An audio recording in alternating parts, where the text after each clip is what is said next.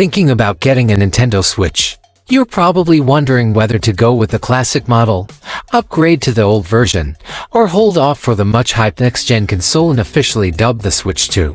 With all the buzz and leaks out there, we're breaking it all down to help you make the best choice. Let's start with the current options.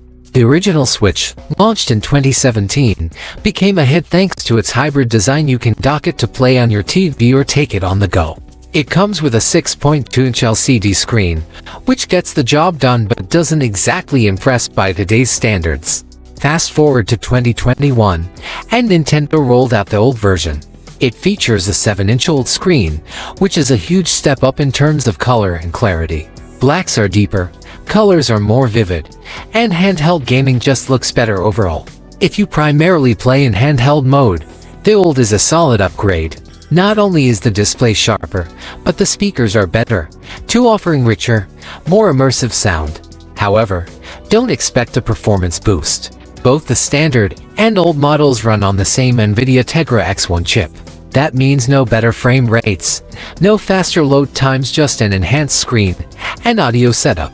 Battery life is also pretty similar across both models, usually ranging from 4.5 to 9 hours, depending on what you're playing. Now, here's a major drawback that still hasn't gone away: Joy-Con drift. It's when the analog sticks register movement even when you're not touching them. This issue affects both versions of the Switch and remains a frustrating experience, especially in games that require precision. Nintendo hasn't officially solved it with any hardware revision so far. But what about the much-anticipated Switch 2? According to leaks, it could be a significant upgrade. The rumored specs include a larger 7.9-inch screen, a custom NVIDIA processor for enhanced graphics and performance, 8GB of RAM, and 64GB of internal storage. Even better, it might be capable of 4K output when docked, a major leap for Nintendo. There's also talk of redesigned Joy-Cons that attach magnetically, which could finally eliminate the drift issue. One of the most exciting things: backward compatibility. Early signs suggest that existing Switch games will work on the new system, and that's a big plus for anyone who's built a game library. In terms of upcoming games, we might see some big launches alongside the new console. A new Mario Kart, possibly Mario Kart 9, is a strong contender.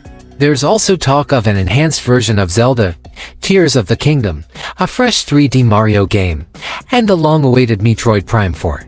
Plus, there could be a sequel to Pokémon Legends, Arceus, and several remastered classics optimized for the new hardware. But don't forget third-party games. The current Switch has struggled with big titles like The Witcher 3 and Hogwarts Legacy, which either run at reduced quality or rely on cloud streaming. The Switch 2 could finally close that performance gap. If it lives up to the hardware rumors, we could see smoother, more detailed versions of major AA games, maybe even Elden Ring or GTA V without compromise. One important question is whether the Switch 2 will launch with an OLED screen or stick with a basic LCD first. Given Nintendo's track record like releasing multiple versions of the 3DS, it wouldn't be surprising if they start with an LCD and introduce an OLED upgrade later. Let's talk money. Right now, the standard Switch sells for around $299, and the old version is priced at $349. The Switch 2 is expected to land somewhere between $399 and $499. Some leaks suggest a $449 price point, which would place it competitively with the PS5 Digital Edition and the Steam Deck. Nintendo has usually aimed for affordability, so if they can bring it in under $400, it would be a major win. One possible concern: physical game compatibility. If Nintendo changes the cartridge format, older physical games may not work without an adapter. But digital games are likely to carry over, especially since the shop and digital libraries are such a big part of modern gaming. What about the dock? Leaks hint that the next-gen dock might include 4K support, faster data transfers, and possibly wireless casting, allowing you to play on your TV without even docking the console. That would definitely improve the hybrid experience Nintendo is known for. So, should you wait? If you want the most polished handheld gaming experience available today, the Switch OLED is worth it. But if you're holding out for a more powerful system with better graphics, improved Joy-Cons, and a stronger third-party library, the Switch 2 looks like it'll be worth the wait. In the end, it all depends on what you value most in a console: portability, power, price, or the promise of future games.